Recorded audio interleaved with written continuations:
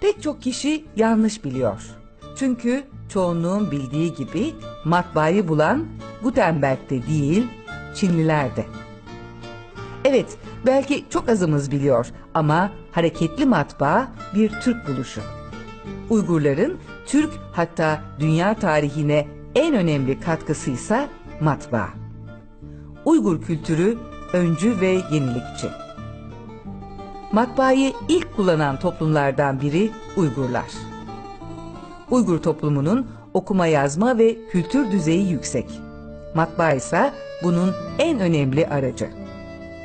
Bu durumun en önemli kanıtı Kensu bölgesindeki Tunghanang'da bir mağarada bulunan tahta harfler. Kendilerine özgü bir alfabeleri olan ve kültürel gelişimleri en başından beri yazılı belgelerle takip eden Uygurlar, eski çağlardan beri hukuki belgeler kullanıyorlar ve düzenli bir devlet arşivine sahipler. Uygurlar ileri derecede gelişmiş, geliştirmiş en eski medeni Türk topluluğu.